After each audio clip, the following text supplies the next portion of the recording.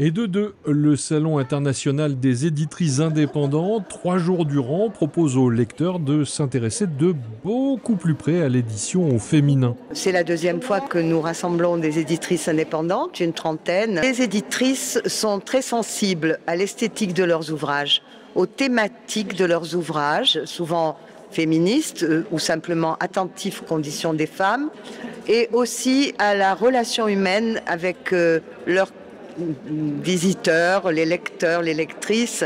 Elles aiment partager un peu plus, je dirais. Pour cette nouvelle éditrice, c'est la rencontre qui prime. La petite particularité, c'est que Toi Édition est une maison d'édition de poésie, d'accord.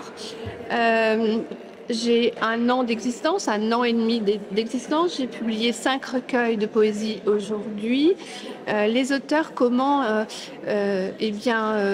ce sont aussi par les connaissances en librairie, par les lieux où nous-mêmes on se déplace, on rencontre dans des salons des auteurs, etc., qu'il y a à un moment donné quelque chose qui peut se créer et matcher. Avec un livre tous les 3 ou 4 ans, c'est une approche très exigeante qui motive les choix historiques et esthétiques. On voit cette couverture, ou quand on voit la couverture qui reprend l'écriture de Nadjari, ou c'est le cas de Pierre Richard, de Capitaine Dreyfus que j'ai édité aussi, ce qu'on voit, c'est qu'il s'agit d'archives personnelles ou collectives, de gens qui ont eu besoin de témoigner. 2 artistes participent au salon, Natacha Baluto et ses dessins, et les boîtes à histoire de Claudie Madjaref. Le rêve, c'est une nouvelle fiction.